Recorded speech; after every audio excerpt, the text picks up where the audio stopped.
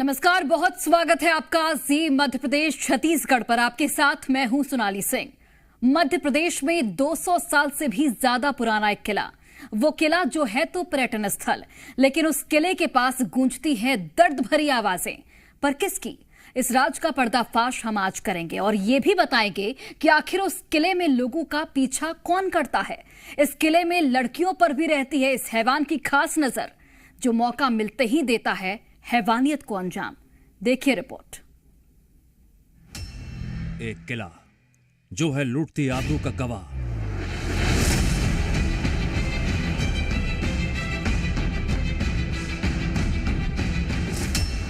एक किला जो है हैवानियत का अड्डा।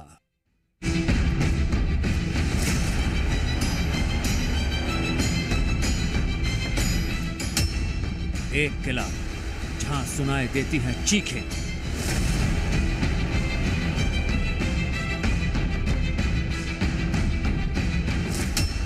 एक किला जहां जाना है खतरनाक।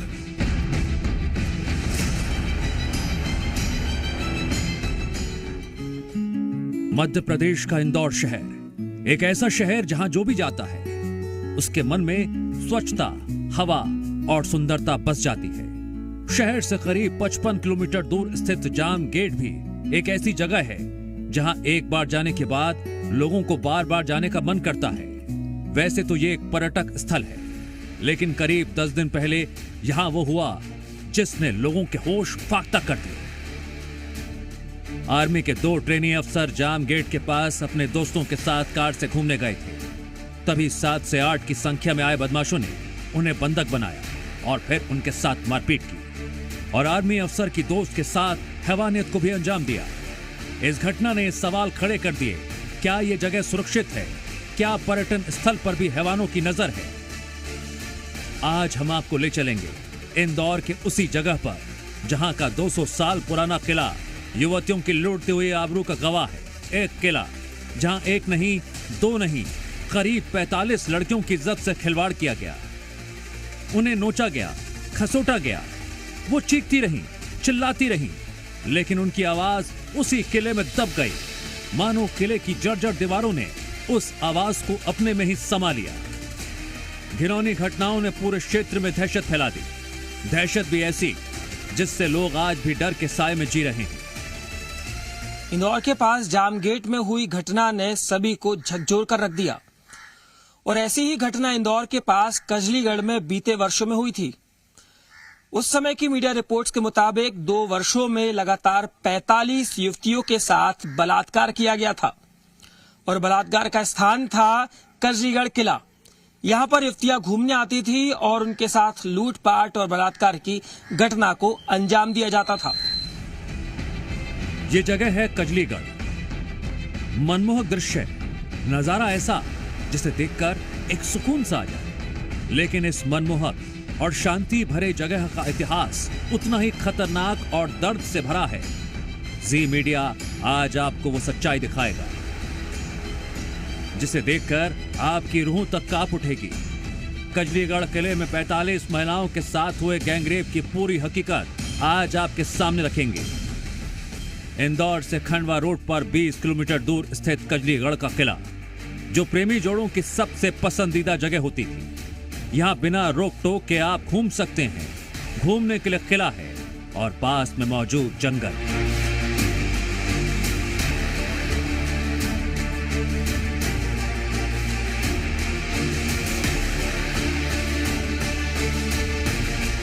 सुनसान सन्नाटा, ऐसे में सरसराती हवा जिसकी आवाज कानों में जाते ही एक सिरहन सी हो जाए।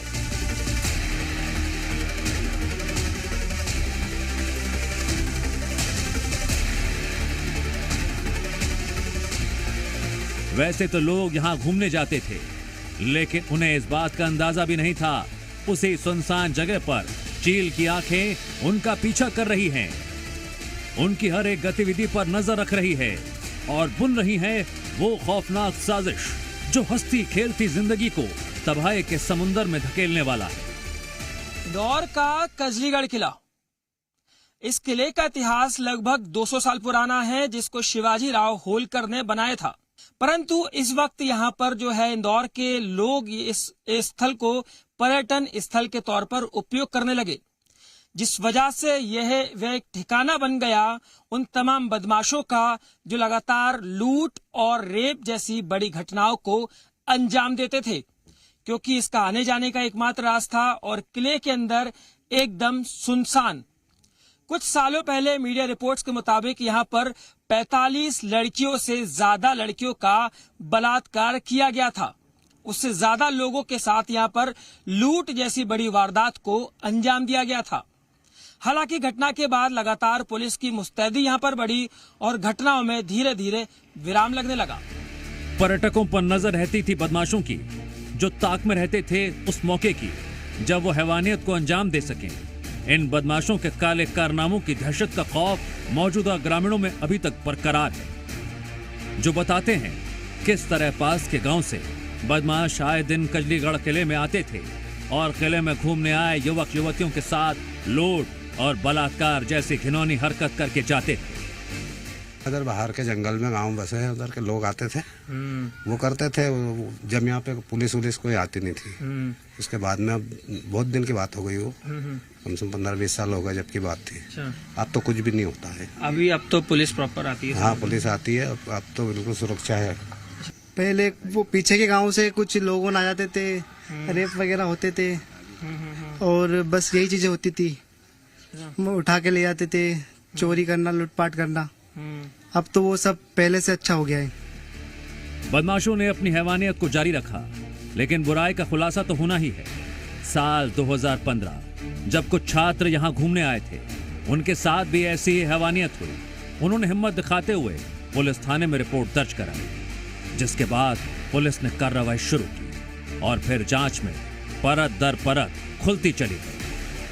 देखिए, इंदौर ग्रामीण के जितने भी क्षेत्र हैं, खासतौर पर पर्यटक स्थल हैं, वहाँ पर इस तरह की वारदातें पहले हुई हैं। 2013 में 4 लोगों के साथ इस तरह की वारदात की गई थी और चारों आरोपी इसमें चिन्हित किए गए थे। 2015 की जो आप बात कर रहे हैं, वहाँ पर कुछ इस तरह की भी मीडिया समूह में बात आई थी कि कुछ लड़कियों के साथ रेप भी किया गया था, लेकिन पुलिस रिकॉर्ड के में हमें कोई इस तरह की कोई फरियादी नहीं मिला है। केवल लूट की या डकैती की वारदातें ही उस समय दर्ज की गई थी। मीडिया रिपोर्ट्स के मुताबिक लूट के आरोप में पकड़े गए मुख्य सरगना ने स्वीकार किया उसने 2 साल में 45 से ज्यादा युवतियों के साथ गैंगरेप की घटनाओं को अंजाम दिया। आरोपी पीड़िताओं का वीडियो बना लेते थे और शिकायत करने पर वायरल करने की धमकी देते थे। और इस रिपोर्ट के बाद उजागर हुआ कजलीगढ़ के काले कारनामों का सफेद सच।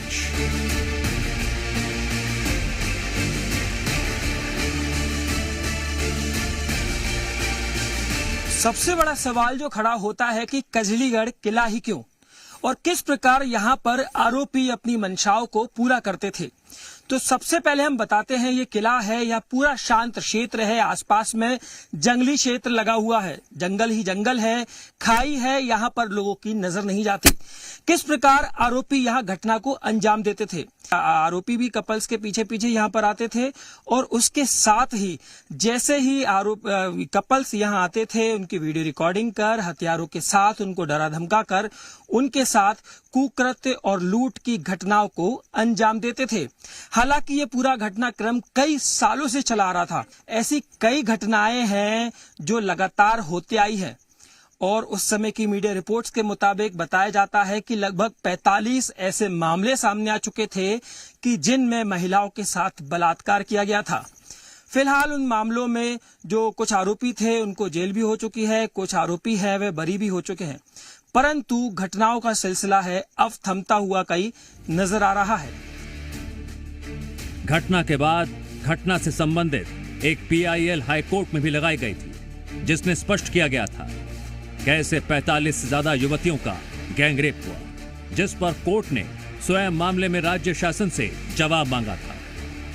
एक ईश्वर भील करके जो आरोपी था, उसके अपनी गैंग के साथ मिलकर के लगभग 45 से 50 लड़कियों का गैंगरेप की कबूलनामा उसके द्वारा किया गया था। उसी को लेकर के हमने एक जनहित याचिका माननीय न्यायालय के समक्ष प्रस्तुत की गई थी। प्रमोद द्विवेदी जी इसमें याचिकाकर्ता थे।